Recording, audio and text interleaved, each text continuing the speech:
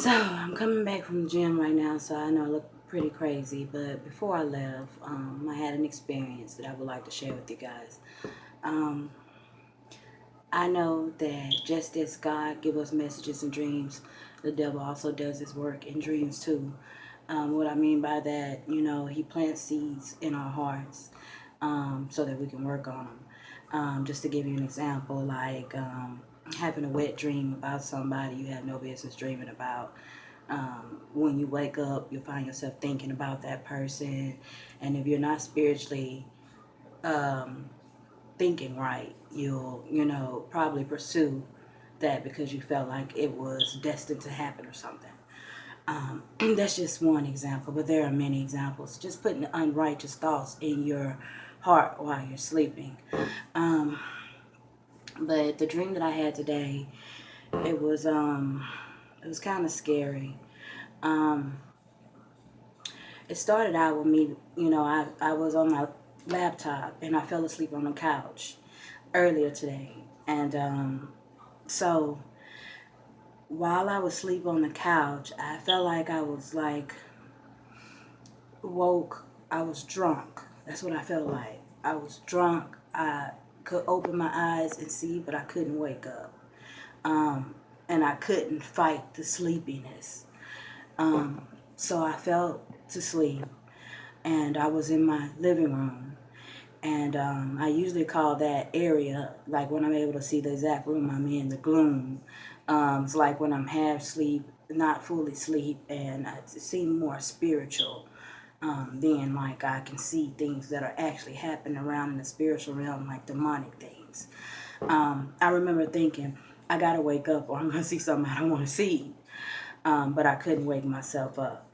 Um, I feel like the devil be aware of what I'm thinking sometimes. So, he'll try to come in a different way. Um, so in this dream, someone brought snakes to my front door. There were maybe two baby snakes and a big snake. The big snake was black. It was half gray and half black. And it came in the house. And I remember a child being in my house. And I just wanted to protect this child from the snake.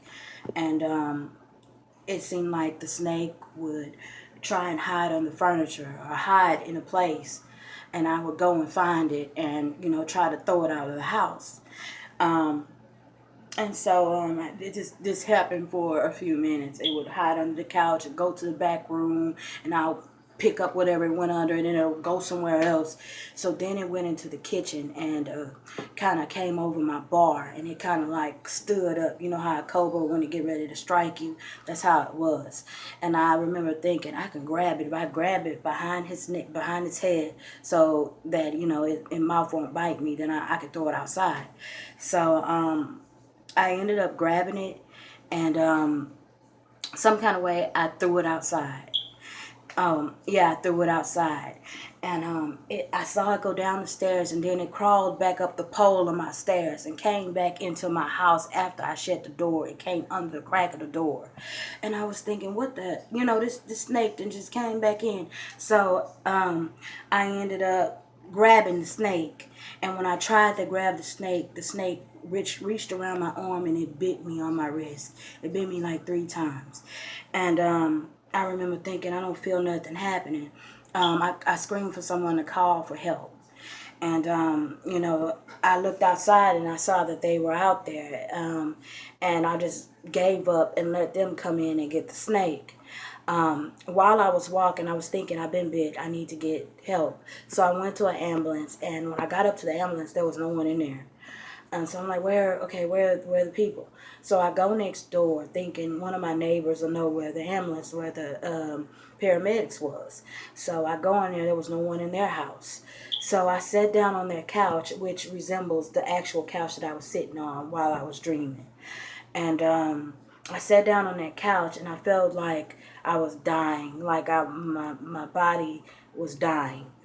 And so then all of a sudden I couldn't see. I couldn't see anything. But I heard someone come in and close the door. And I said, who is there? and it was a man's voice, someone that I knew from a long time ago.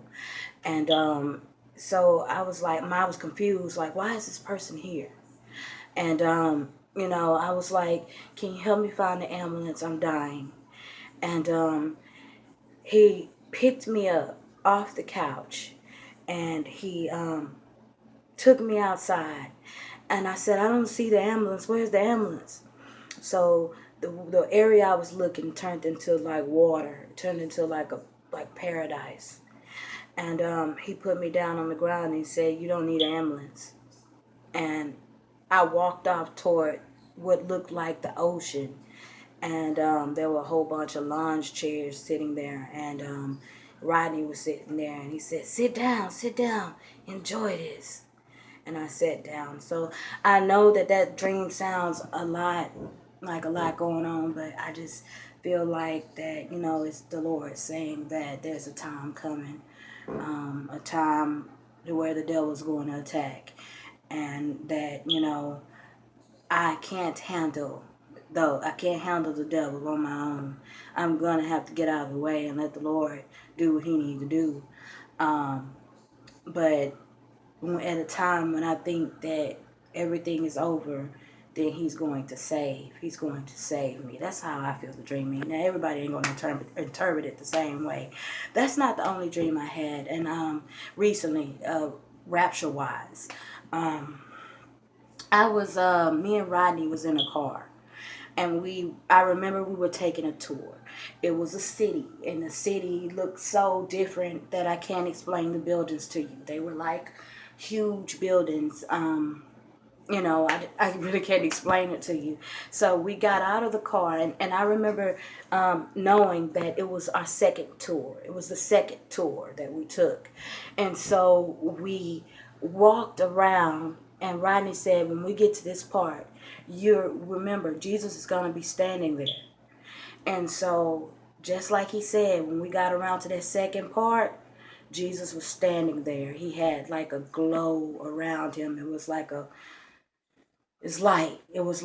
all around him, and he was standing there. And the thing about that I remember about this dream was me and Rodney was so excited, kind of like, how you watch those shows, well, on like channel 13 and all that, when they be having the army guys coming home surprising their kids who didn't know that they were actually home. That's how it felt. It felt like we were being reunited with our father, like literally being reunited. And it was the most beautiful thing. Like, Rodney was so happy, and he was like, oh my gosh, I see him. This is the first time I'm seeing him, but I can see him, and it was just amazing. The feeling of, being able to see him, the joy. I could actually feel the joy in the dream. I don't know. It's a lot going on in this world. We are definitely in our last days. This is the last generation. Y'all, there's so much going on with North Korea, and I'm kind of concerned about these Facebook Live killings. That's just another doorway to open up and let demonic forces in. But one guy, that one black guy who was executed on Facebook Live, and then a guy killed his like 1 year old baby on Facebook Live. It's like they're going after the innocent. They're trying to take the life of the innocent. And it's like, I guess that's a way to let in demonic forces. Man, y'all, we gotta pray. When I saw that commercial on TV about Facebook Live, get on Facebook Live, I was like, okay, why Facebook Live advertising commercials? Why Facebook advertising commercials? I knew it wasn't something. There was something wrong with that then. Y'all, we gotta pray. We gotta stand in prayer for our nation. I pray sometime, and I be like, Lord, I know that your judgment is coming, but there are a few of us here who still love each other and love you, Lord, and love your will and everything you say we need to do. We love your Messiah you gave to us. Please, please have mercy on us, and have mercy on the people who don't know no better. North Korea, I feel sorry for the people over there. They're so deceived. I feel so sorry for them, but truth be told, if I don't feel sorry for them, that means I'll be feeling sorry for us. And I guess, it's probably better that my sorrow be for them who don't know the Lord. We got to pray for those people. God bless you guys, and thank you for listening.